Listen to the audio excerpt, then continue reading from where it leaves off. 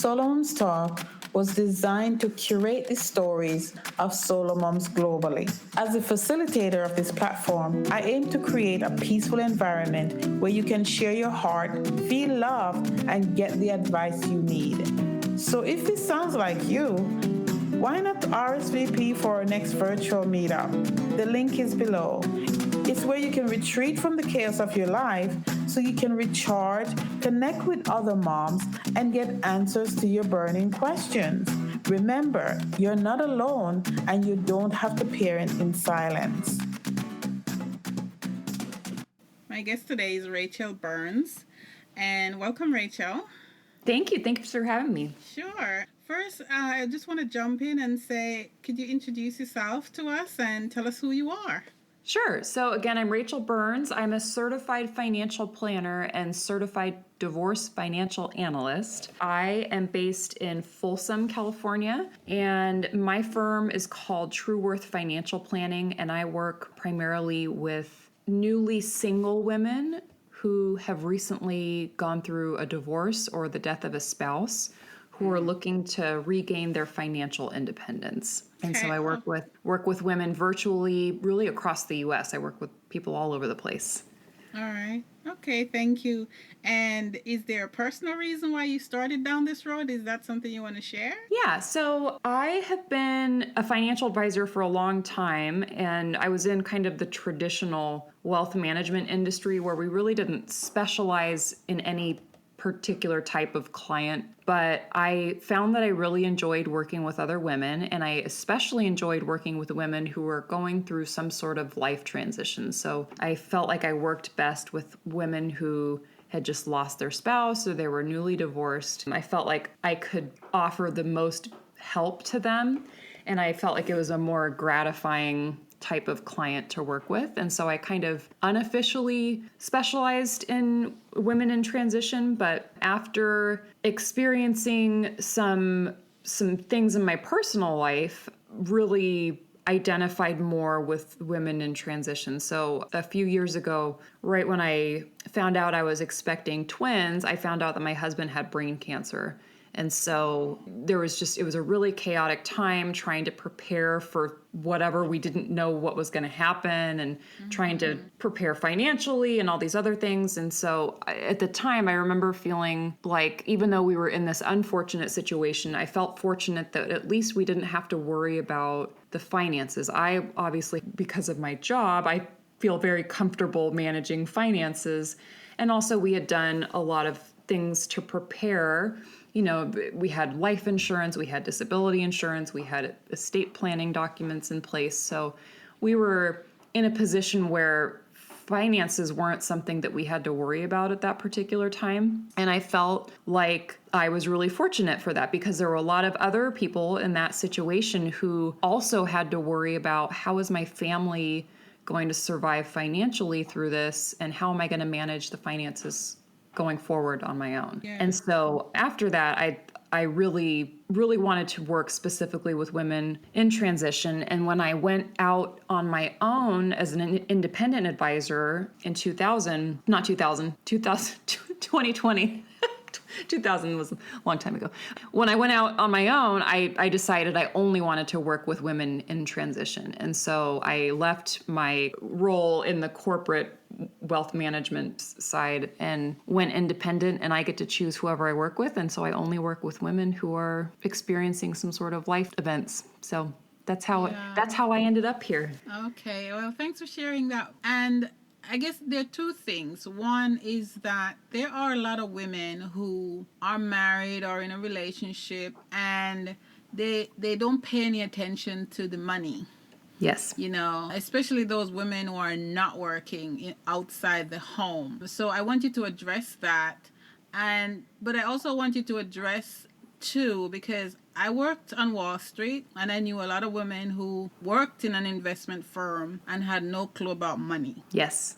And I'm talking about analysts or analyzing people's finance and knew nothing about personal finance. So if you could address that as well. So I'm putting a lot on you right now. Sure. So I'll go backwards. So first of all, you can be an expert in investing and economics and all these kind of big picture financial concepts. And you can still not have practical personal financial planning experience. Those are two very different things. So thinking conceptually about the world of finance and then like managing your own day-to-day finances are two very different things. So it's I do agree with you. There are people who might have some really specialized knowledge in one area, but then they're kind of like clueless in the other area. So, and personal finance is not something that is taught in school generally.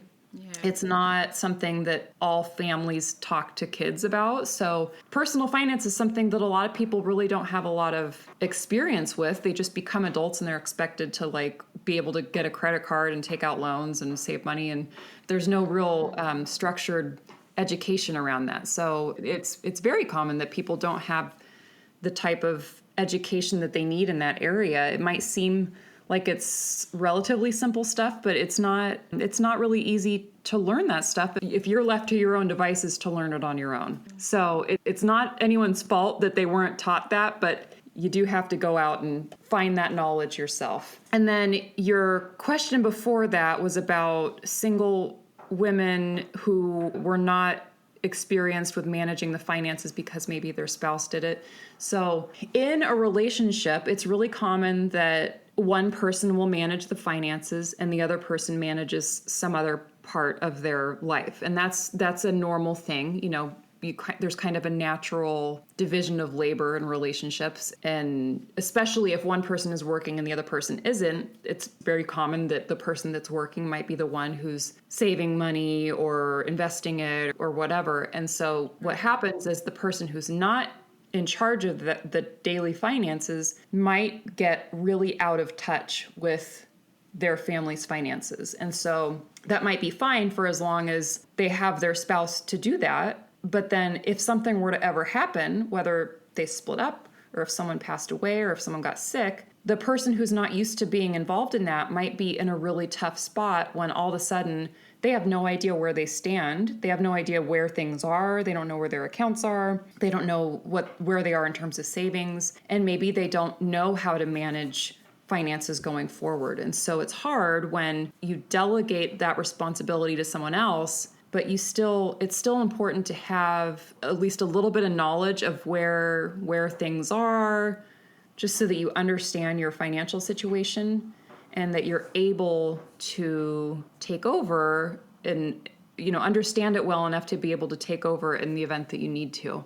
Because that's something that it's just it's not that they're not capable of doing it. It's just if you haven't had to do it for so long, then of course you're not going to feel comfortable all of a sudden being in charge of the finances. Yeah. But true, the advice you would give to someone, currently in a relationship or, have a spouse who are, the sole manager of the finances, wouldn't you agree then that the advice would be to get involved in the finances? Let's start discussing, the bank accounts, and maybe we do a will together so that Absolutely. What do you think about that? Yeah, I think it's important to communicate with your partner about the finances. I mean, both should be on the same page in terms of where they are and what they're trying to achieve with their finances. And if you don't feel comfortable or knowledgeable about it, I would express, hey, I want to know what's going on. It's really important that I know what's going on, because in the event that I needed to step in and help, I need to know what's going on. And it's just something that I'm interested in. I mean, really, that should be, the family's finances should be an open book. And it's important that you know how things stand, because you don't want there to be some sort of surprises that you're not aware of. You might find out, oh, we actually are in a bunch of debt, or we don't have as much saved as I thought we did. Those are things that you need to keep an eye out for and make sure that you stay informed. That's a really important thing to stay on top of. Yes, thank you. And what kind of advice do you have for someone who, whether or not they took care, they communicated and got involved, they now find themselves, single mom, find themselves on their own, whether widowed or divorced or just kicked out? Yeah, so if they're in this situation where they're unexpectedly single.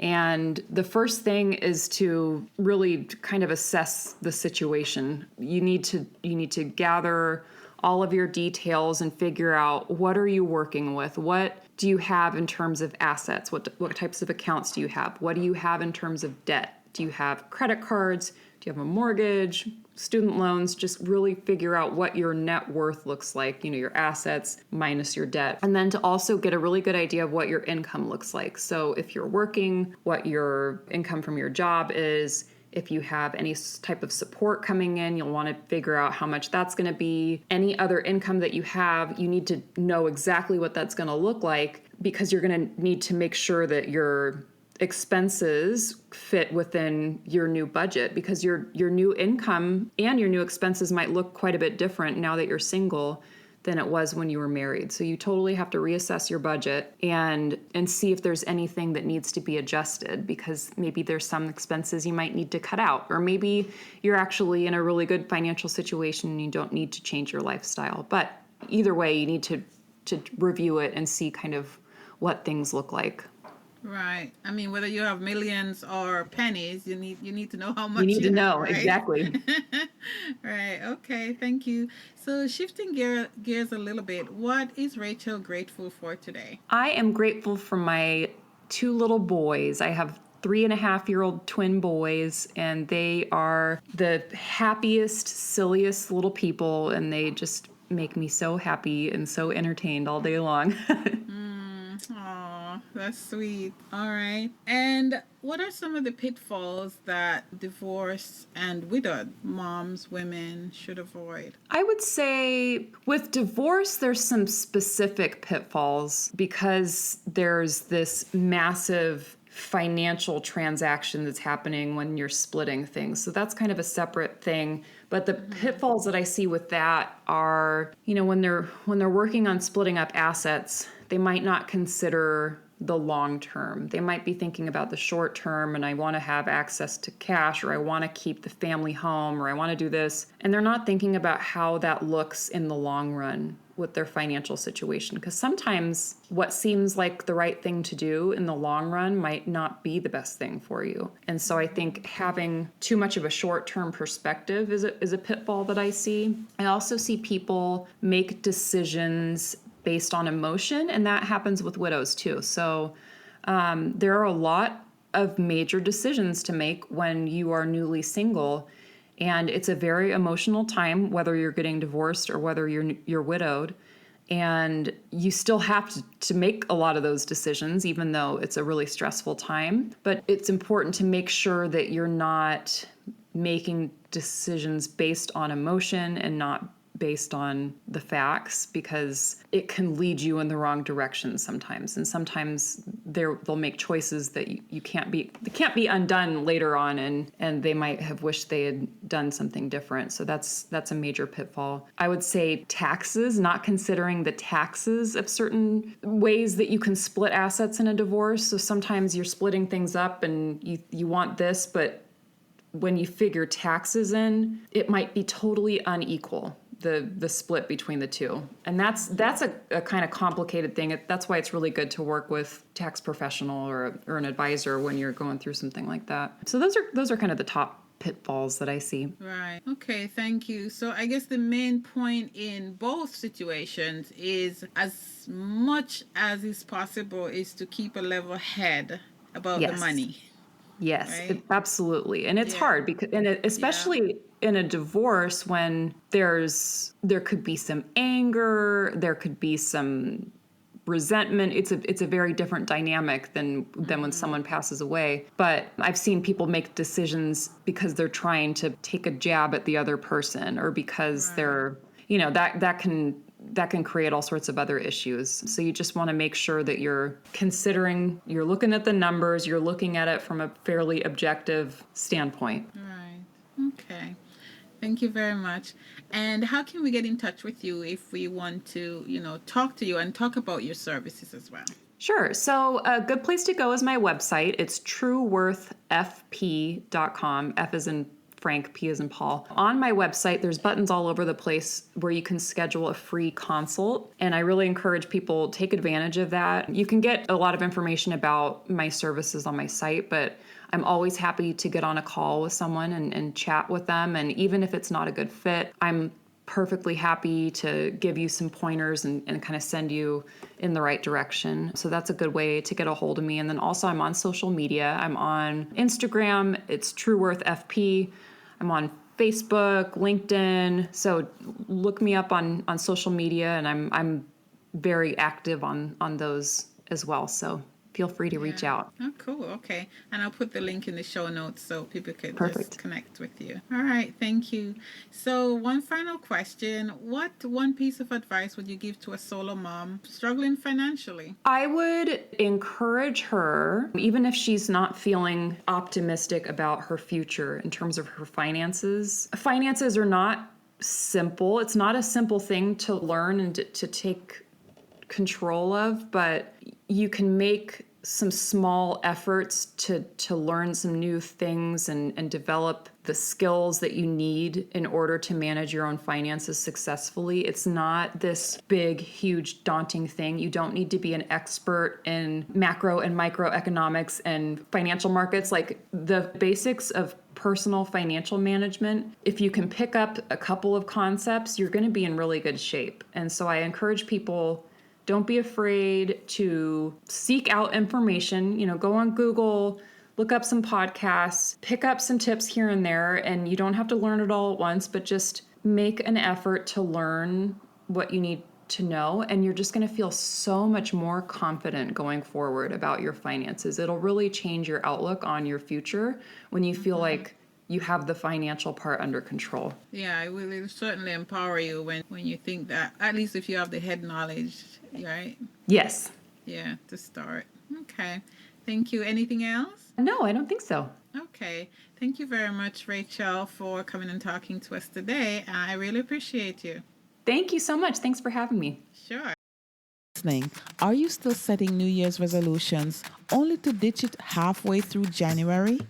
Or are you struggling to keep up with life because it seems you've lost control? Sign up for Successful Goal Setting Strategies for Solo Moms and let me walk you through setting up a plan for your life based on your birthdays. Join the waitlist below and put a plan in place so you can have joy in the middle of life's chaos. Remember, you're not alone and you don't have to parent in silence.